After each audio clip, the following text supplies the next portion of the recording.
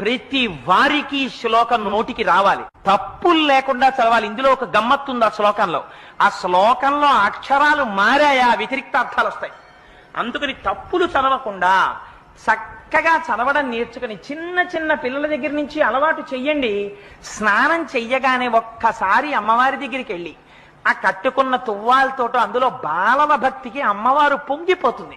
కూర్చుని అమ్మా శరజ్యోత్స్నా సుక్తాం శశియుత జటాజూటమకుటాం వరత్రా సత్రాన స్ఫటిక ఘుటికా పుస్తకరాం సకృన్నత్వా కథమివ సతాం సన్నిదదతే మధుక్షీరద్రాక్షా మధురి మధురీణా ఫణితయః అని రోజు అది చదవడం నేర్పండి.